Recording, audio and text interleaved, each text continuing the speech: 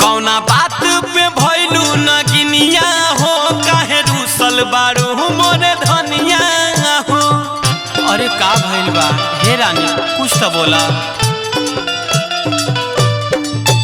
कौना बात पे भइलू नगिनिया हो, काहे रूसल बारू मोरे धनिया हो।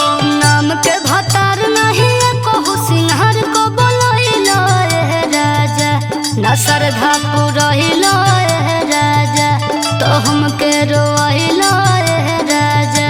किया हो पिया को न सहबतिया, मरल सुमहतिया तब करे मैं अधूरइलो ए राजा। किया हो पिया देही पर के आज ले लू घरी हो ना हमारा लाल रोइलो ए राजा।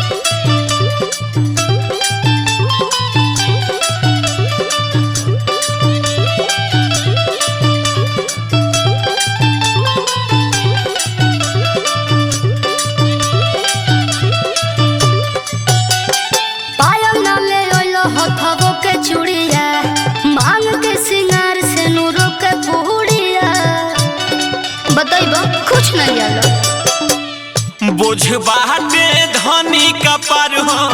अच्छा बुझा मजबूरी हमार हो। कुछ नहीं जाना। अभी बारू तू न बालिक, नहीं समझ में आई तोहार हो। अरे गवन करोइलो घरे तुले हलो ना लो जाइलो ए राजा, तो हमके सतहिलो ए राजा कि कुछ न ले आइलो ए राजा। किया हो पिया को न सहबतिया, मरल सुमहतिया तब करे मैं अधूरइलो ए राजा। किया हो पिया देही पर के आज ले लू घरी हो ना हमारा लाल रोइलो ए राजा।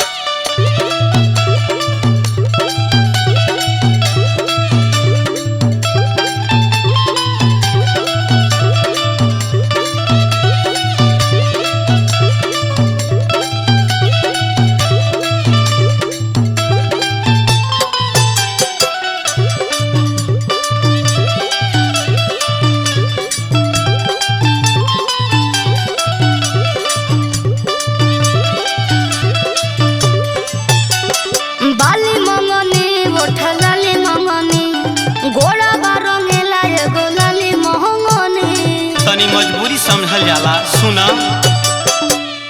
ऐसे न दबोरी दोष हो, बात बुझेले सब आशुतोष हो। तोहरे से सब बाटे ये धनिया, हमारो तबायब अफसोस हो।